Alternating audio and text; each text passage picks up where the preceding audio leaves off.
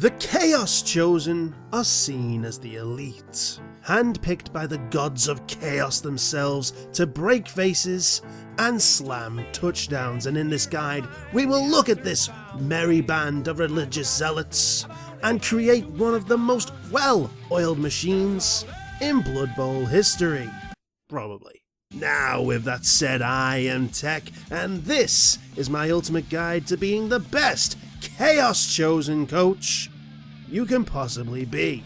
Probably. Chaos! The Chaos Chosen utilize a combination of power and potential to become late game monsters. They have 3 big guy options to choose from and have some of the widest range of skill options, having easy access to mutations. This, however, comes at some costs. First off, the cost. They are very expensive units and limited in those units. Then, outside of the big guys and some birth defects, they have no starting skills whatsoever, making things a lot harder early on in your coaching career. But let's get into the players. Going as always cheapest to dearest, the BEASTMEN runner lineman. The kind of name is that? Comes in at a reasonable 60k and is basically your bog standard player. Not too slow, not really fast, poor passing with average agility, armor and strength, but they get the Horns mutation, granting them 1 extra strength whenever they go for a blitz. So that 3 becomes a 4. Skill wise, they get easy access to general strength and the mutations pool, and with the fact that, spoilers, you only have 1 other positional outside the big guys, we have to use these blank slates to create new positionals to fit a standard team line. Fodder, blitzers, carriers, support, and a fouler, because I will always advocate clever fouling. So, starting off before we get into the main bulk, dirty player, sneaky git, fouler. Oh my. Dirty player adds 1 to your foul, armor break or injury roll checks, and sneaky git is going to 1, reduce the chances of getting sent off, and 2, allow the beastman to continue the movement part of the action. So it's a blitz for fouling. Then we go to the play-by-play positionals. Block will always be a must-have for most offense and defense purposes. It gives you more chance of knocking the opposing player on their ass while giving you less chance of being knocked on your ass. I would say 3 out of these guys should at least have that. Wrestle can work well for linemen and ball sacking, so having that there will be good for another 3 beastmen. Then we can split into the actual roles. The first block you have, you want to make that the ball carrier. So picking up sure hands for the second skill is a must. 3+ on a free reroll is going to give your beastman the best chance at picking the ball up. Then it's all about making this ball carrier better. Normally we would have to hope for an agility stat increase or break tackle to help us get the ball or break away from a marker on that coveted 2+, but with mutations we get better options. Extra arms gives us a +1 to pick up and catch checks, while 2 heads offers a +1 to every dodge attempt, making that 3+ agility a pseudo 2+ on those occasions. This effectively makes you a somewhat crippled gutter runner, and you can finalize this whole thing with a long grind to dodge to cement that carrier role. After we have our ball carrier, we can now look into the killer and give the other blockers mighty blow. Really get those breaks and injuries. Guard can be very useful too in supporting the line or protection, so yeah, a lot of ways to make these killers and fodder more punchy. Finally, for the ball sacker, something like Frenzy to get an extra block on your pushback, and 2 heads again can give you a horrible edge in getting the carrier either isolated or sacked.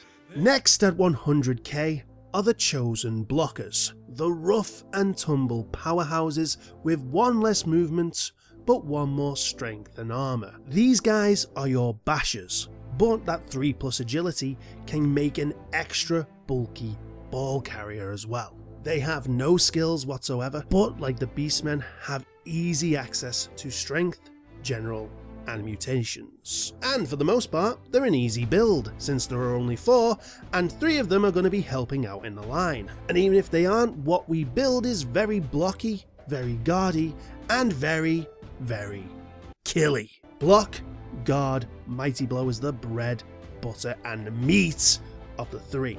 But you can use that mutation and go for claws instead for that natural 8 armor break. Then we have that lonesome chosen blocker, who we will now make into a second ball carrying option.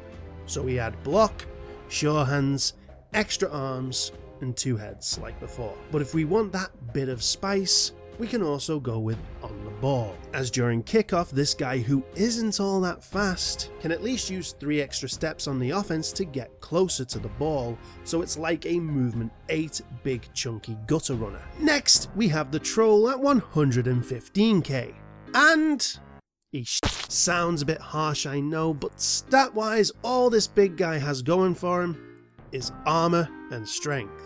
He's slow at 4 movement and is about as agile as a BMX stunt rider with no f***ing tires.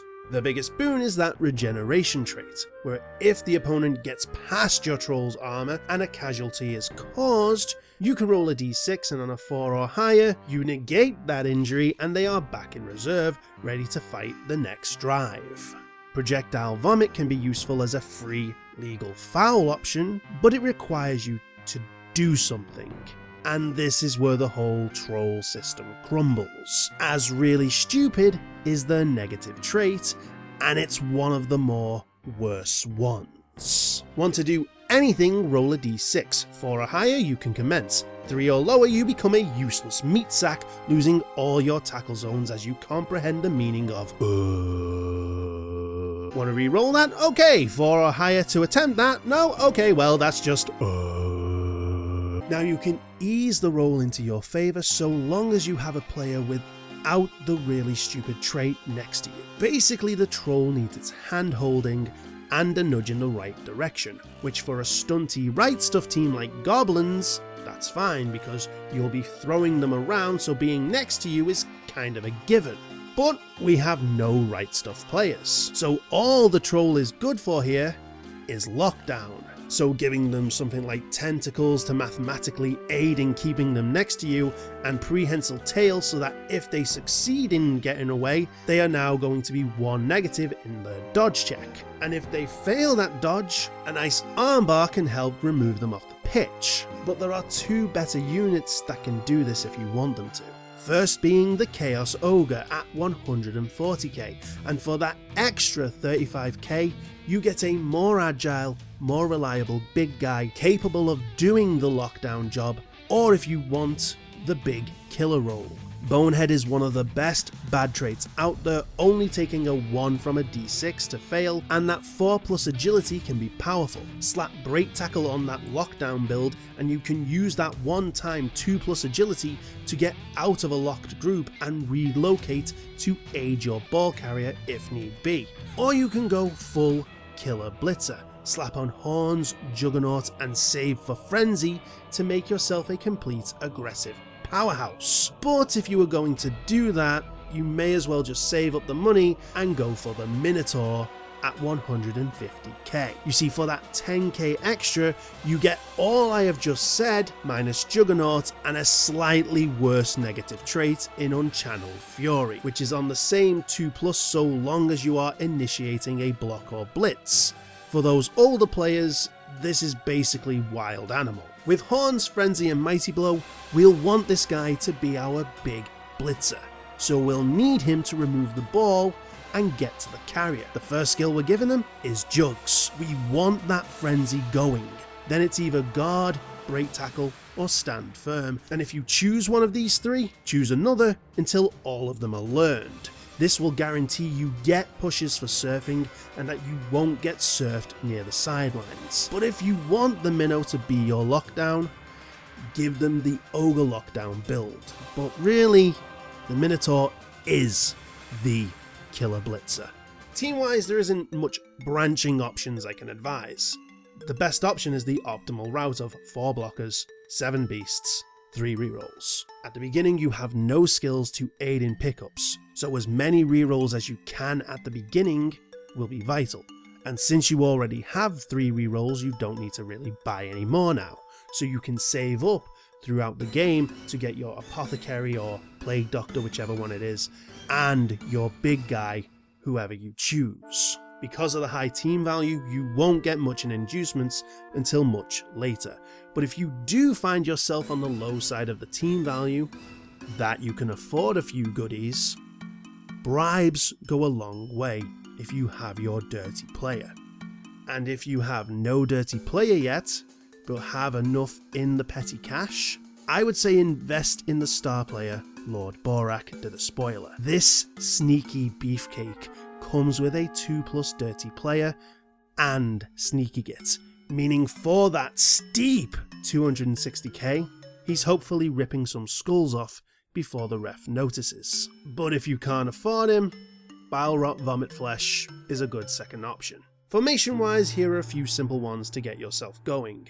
If you have the big guy, place them where number 6 is. Defense wise, you have a lot of muscle in the chosen blockers, so you can force the offense to flood the line of scrimmage by using them in the line, if need be. Offense wise, remember that you have no real secure way of picking up the ball, so a fumble might happen. Make sure that before you do anything, that ball is secure, and if you do pick it up, get yourself into a nice cage as close to the team as possible. Overall, the Chaos Chosen are a fun little team in terms of creativity. The mutation pool always gives you something interesting to work with and creates so much in terms of filling niches. However, as I've stated, that blank slate aspect of the team can be a bit of a double-edged sword. At the beginning, no one is really good at anything but smashing the enemy into paste. The lack of an early carrier can be frustrating, especially on teams that can slip in and swipe the ball from under your goatee nose. But as they evolve, they get a lot more dangerous. Remember, use that strength to bully the opposition. Force yourself a nice little opening. Stay close and neat. Chaos may be in their name, but we don't want too much of that. Keep the game simple. You have 5 to 6 movements all around, so just getting the ball into a first spot safely is really all you need. And if you have the chance, foul. This is something I'm always going to advise in all of my guides. If you have the opportunity to remove a player, do so. But leave that to your last action. The last thing you need is to be called out by the ref and turn over mid-run. Now keep that in mind, and the gods of chaos will be pleased with your efforts. And if you want the gods of chaos to be pleased with my efforts, don't forget to like, share, subscribe, pile drive the bell thingy, and follow me on the Twitch and Twitters. Also, if you have any tips and tricks you found yourself, or just want to tell me your favourite team, let us know in the comment section below. And finally, tune in next time where once again, we will look at another random team. But until that day, this has been Techno Odin. Stay safe, claim skulls, smash bosses, and may Nuffle bless your dice. For chaos!